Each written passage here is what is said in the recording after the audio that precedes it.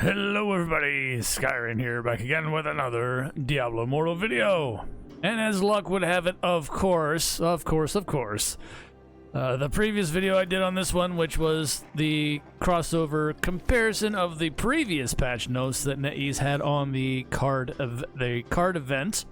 Lo and behold, not long after that video that I had recorded, they posted a tweet out, well, actually later in the afternoon, about the crossover event for Hearthstone is actually happening. So that's what we're going to talk about anyway, and go into a bit more detail on this if you haven't seen it already, of course. I just wanted to bring this up real quick though, because look, and if you do a Google search on this, Diablo Immortal patch notes today, of course, if you would look at the AI overview, just a little side note on this, I've always hated the introduction of AI across the board in everything, and obviously there are a lot of faults to it. And as you can see in the AI overview, which most times you should gloss over entirely and do not pay attention to because it is very, very bad information. But it's like, there is no new Diablo Immortal patch today on the 22nd. The most recent patch notes available from May 12th. So right there is a shut the F up and get the F out of here. But anyway, I just wanted to point that out because it's just really frustrating in this day and age of the AI. But anyway, all right, here we go. I want to make a note about this because I wasn't necessarily expecting this, but then of course the rumors were starting to circulate pretty heavily. I kind of wanted to shoot them down because I was like, yeah, the Chinese notes said that we were going to get a preview event, of which we are still getting somewhat of a preview event, but probably not in the way that we're thinking. It's going to happen supposedly tomorrow, the 23rd, but let's get into that here. But the actual crossover event itself doesn't happen until the 30th of July here. So yeah, we got a little bit of time to wait for it yet, but nonetheless. Okay, gather around for the heroes of the Hearth. Yeah, okay, here it is. July 30th through August 27th. Collect and earn powerful cards. So yeah, we have kind of a somewhat card game in Diablo Immortal now. Granted, this is part of Blizzard's franchise and as a whole, so I mean, yeah, that's fine. But I mean, they're adding a little too much, I do believe. I mean, it's nice to see something new to the game, mind you. But now we're kind of putting a whole bunch of different genres into one basket here, and it's kind of losing its persona to an extent, I think. You know, personality. But hey, you know, whatever. it's just what they're gonna do.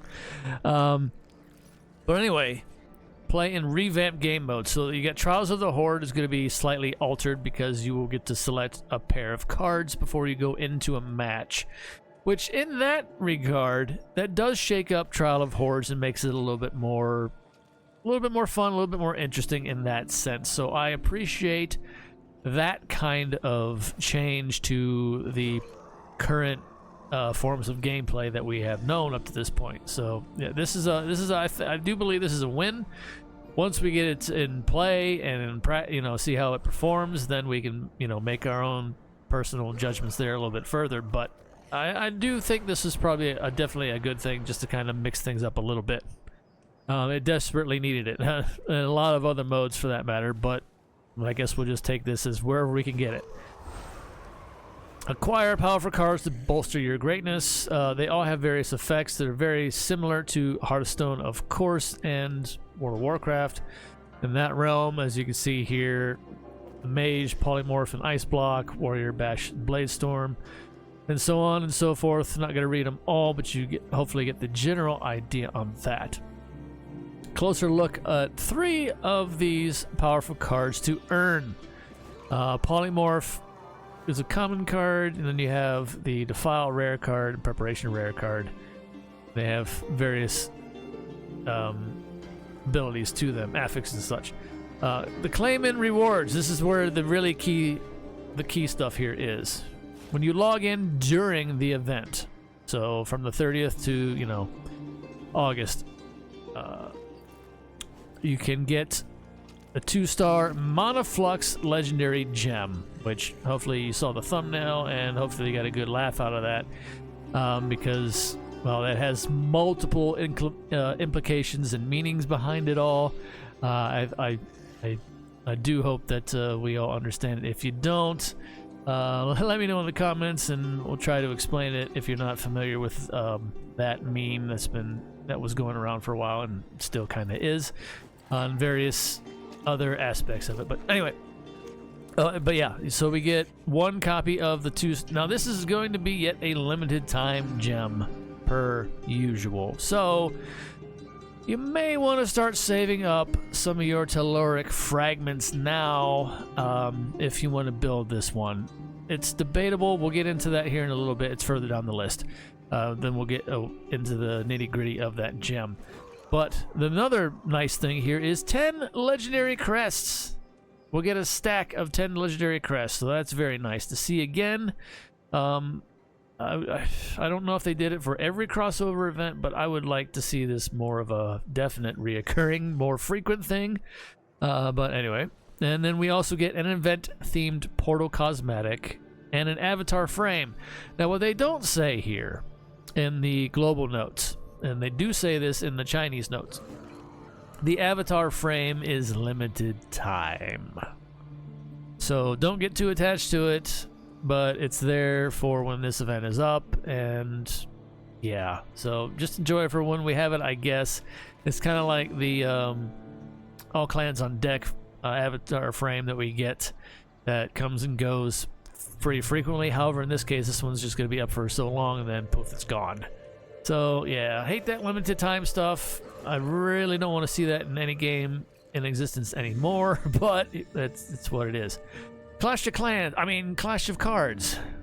Completely different game, right? Surprised that they didn't try to put that in here yet. But limited time event. Now this is the one. This was the one that was listed in the Chinese patch notes previously, of which I thought is what people were getting the Hearthstone crossover event confused with. Which kind of was true and kind of wasn't, but nonetheless. This one will be happening tomorrow on the 23rd through August 3rd. We get a preview, a sneak peek in-game.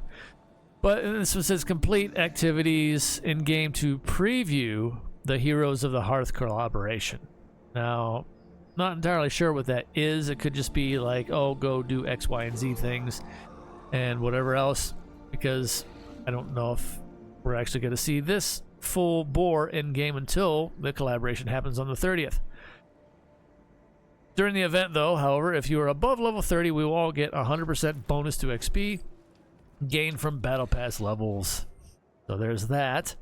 Rewards are unlocked on days 2, 4, and 8. So this is basically just a login on those certain days to get your rewards, and then that's the end of it. So not much of an event. It's just there. It feels like more of a login event more so than anything, and you just get to look at probably a couple images. So whatever. Slay in the Trial of the Hearth. No, this is the change, I do believe, to Trial of the Hearth. Instead of Trial of the Hordes, it is Trials of the Hearth. This is the one where you can select 2 cards, one that will be an active buff when you go in right away, and the other one will be a combat orb of your choice that has a chance of dropping the most frequently during the fight. So there is that. Then also it says here, though, it says keep your wits about you. For other combat orbs with random card effects can emerge to sow great chaos. Chaos. I'm here to kill chaos. Anyway, sorry. Another meme. Use these to your advantage to claim victory. So, yeah. A nice little shake-up for, honestly, Trials of the Horde. I only did it as much as required for the monthly event center that we have, and that's pretty much the long and short of it for me. But it will shake things up and make it hopefully a little bit more entertaining and more interesting to go back to more frequently. All right. Survive the Enchanted Planes. Okay, this one here is obviously it's a fractured plane, but a little bit of a twist. This one, So yes, this one is very, very much similar to other games a lot of us hopefully out there have played. This makes reference, I'll make reference to it right now, AFK Arena. There is the Labyrinth mode in that. And there was 3 cards that you would choose on certain areas in the levels of it, and that will give you various upgrades along the way. This is the same kind of ordeal here. It's like this, it's exactly like the shrines that we already have to select from whenever it comes to Fractured Plane anyway, but in card format. Okay, so in this case here it says that select 3 cards to aid your fight within the gauntlet of the Fractured Plane, which is in this case called the Enchanted Plane.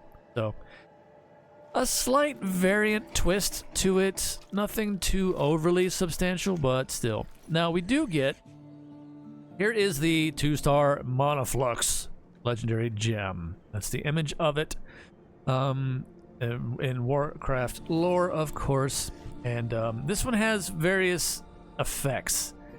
Same as the Crimson Behelit, this one has a 2-form effect here. This one's very different though, and it's very time controlled, and that I don't know how much play this gem will see. Now, obviously in the past, most of these crossover limited time crafting gems are all the rage. There's always going to be, you know, hard discussion on these ones, as we had with the Crimson Behelit, especially most recently. This one here is generate 10 mana over 20 seconds upon reaching 10 mana. So you gotta wait 20 seconds for this to actually build up and then go. Using a skill will consume all of your mana to play a card. So using a skill at the 20-second mark, I don't know if we get to see a charge meter on this gem or not. If we have it, that would kind of be nice so that we can pay attention and make the most out of it. However, if we don't have that, then we're just guessing. And honestly, with as much zipping around that we do anymore when it comes to all forms of content in this game, and especially in PvP, that's going to be hard to try and min-max this to get the effects you want to happen. But again, this is based on your life, same as the Crimson Behelit was. If you have over 50% maximum life, you will play the Ragnaros card, and it will summon and hurl a fireball at nearby enemies. If you are below 50% maximum life, you will play the Acidic Swamp Ooze, will spit acid at nearby enemies. Now both attacks only deal, well, they only deal 310% base damage. So, I mean, that's fairly somewhat there, plus an additional whatever your resonance will be within the area. Now, additionally, Ragnaros, of course, will burn enemies for 30% base damage per second over 4 seconds. So, that's fairly, it's an okay burn effect. And then, if you're below the life, the Acidic Swamp Ooze will silence enemies, preventing the use of their skills for 4 seconds. So here's where the silence really comes into play, that they were making mention of the buff that we were supposed to see more prevalently in our buff bar for silence. So this is where this is getting introduced a bit more now than we had in the past, but it's through this gem and not just an essence. So yeah, I don't know. Obviously, there's going to be some beneficial effect duration, or the not just the negative effect duration of it, from like maybe perhaps Feasting Burying playing effect into it, extending it, or maybe not. Then that'll probably turn into a whole nother ball of wax, a whole nother pitchforks and torches, and people getting all mad at it, saying, "Oh, we should have." Oh, this doesn't affect the new gem. Why doesn't the duration last longer? And then, of course, the community manager will probably come out of the woodwork again and be like, "Oh, well, maybe we should nerf Feasting Baron then." And like they said with Vithus the last go-around, and that turned into a whole debacle that was unnecessary in all forms. And it just was absolutely asinine at that point. But anyway, hopefully we don't see that happen again, but I would not be surprised. I would not be surprised. Anyway, okay, here we go. Now we get to familiar skins here. Now the wording that they used here, with new familiars, these aren't necessarily new familiars, they are new familiar skins. So yeah, they do have, supposedly though, they might have certain effects. It says to try and collect for a limited time. Here we go again, limited time. Let's see, storming in from classic cards to join the fight. 2 familiar skins into the fray, the Core Rager and the Little Ragnaros familiar skins. Yeah, again, will be yours to try and collect for a limited time. Now, the Little Ragnaros will also give you a bonus while playing in Trials of the Hearth and the Enchanted Plane, delivering epic boons to aid you against monsters of all kinds. So that one has a little bit more play, and I guess that could be considered a new familiar. Now, this part here is funny because they say, for more details on how to add these fierce cosmetics to your collection, stay tuned for our next content blog.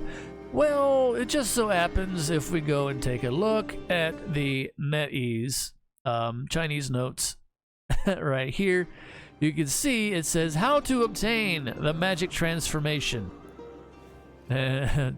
During the event, you can get the Molten Angry Dog, which is the Little Rager, by completing any payment. So shop, get it from the shop straight up. From there you go. So that's how you can get that one this time around. We don't get a free one like the Little Butcher or the Little Butchie that we got, unfortunately, this time around. This is another pay if you want it.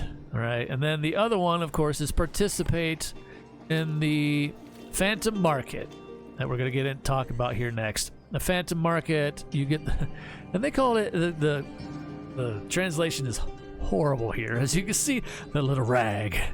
That's in Little Ragnaros, but the English translation of the Chinese notes just said little rag, and I'm just gonna leave it alone. Leave that alone. You can, think of any obscene or funny jokes in your head. But yeah, reaches 8 times in the draw, so that's how you get that one. Okay, but yeah, it's funny how they say, "Oh, we'll talk about it later" on the global notes, and meanwhile the Chinese notes said, "Oh, here, you straight up buy it." All right, so there's that. Anyway, moving back on here to the Phantom Market itself, of course, it is the 2 skins. Now, they said this is the first time ever.